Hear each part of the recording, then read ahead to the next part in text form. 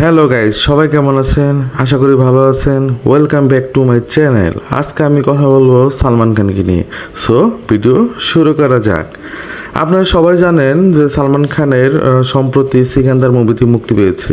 মুভিটি পরিচালনা করেছেন এআর মুরুগাদাস। উনি একজন তামিল ডিরেক্টর, খুব ভালো একজন ডিরেক্টর। তার গজনীর মতো ছবি আছে যেটি উনি আমির খানের সাথে করেছেন এবং খুব ব্যবসা সফল ছবি। তবে আমি বলবো যে সিকান্দার মুভিতে সালমান খানকে এআর মুরুগাদাস জাস্ট মুরগি বানাইছে। কারণ ছবিতে যে গল্প দেখানো হয়েছে তার নাই কোনো আগা মাথা, খালি কিছু অ্যাকশন আছে, অ্যাকশন দিয়ে তো আর একটা ছবি চলে না। সো একটা যাচ্ছে তাই ছবি হয়েছে। ছবিতে নাই কোনো ভালো গান, নাই কোনো ভালো গল্প, নাই কোনো ভালো কোনো কাহিনী। সো ছবিটা জাস্ট সালমান খানের একটা জীবনে একটা ফ্লপ বাড়াই দিছে, আর কিছু না। তবে একটা কথা বলবো, যারা ছবিটি দেখে ভাবতেছেন যে সালমান খান শেষ, সালমান খানের কেরিয়ার শেষ, তাদের একটা কথাই বলবো যে ভাই, সিকান্দার মুভিটা জঘন্য রকম হয়েছে। তারপরেও ছবিটা প্রথম 7 দিনে প্রায় 80 কোটি টাকা কালেকশন করেছে। সো যারা ভাবতেছেন সালমান খানের কেরিয়ার শেষ, তারা নাকে তেল দিয়ে ঘুমান। কারণ সালমান খান এমন একটা স্টার যার নর্মাল ছবিও প্রায় 100-200 কোটি টাকা কামাই করে ফেলে। এর আগে সালমান খানের কিসিকা ভাই কিসিকা জান ছবিটা মুক্তি পেয়েছিল। এই ছবিটাও সিকান্দারের মতো জঘন্য রকম ছিল, তারপরও ছবিটা প্রায় 200 কোটি টাকা ব্যবসা করে ফেলেছে।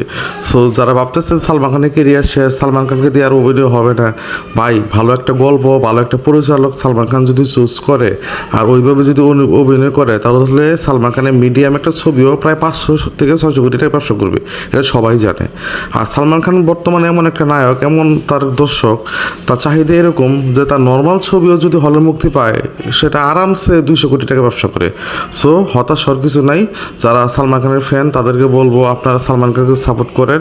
আর অবশ্যই সালমান খানের উপর একটা দাবি থাকবে যে উনি যে মাপের অভিনেতা, উনি ভালো পরিচালক দেখে, ভালো গল্প দেখে যদি ছবি করেন, আর উনি যদি তার কাছের যেসব লোক যাদেরকে নিয়ে সবসময় ছবি করেন তাদের বাদ দিয়ে যদি ভালো ভালো অভিনেতাদের সুযোগ দেন বা ভালো আর্টিস্টদের সাথে কাজ করেন, তাহলে তার ছবি ব্লকবাস্টার হবে, কেউ এটা রুখতে পারবে না।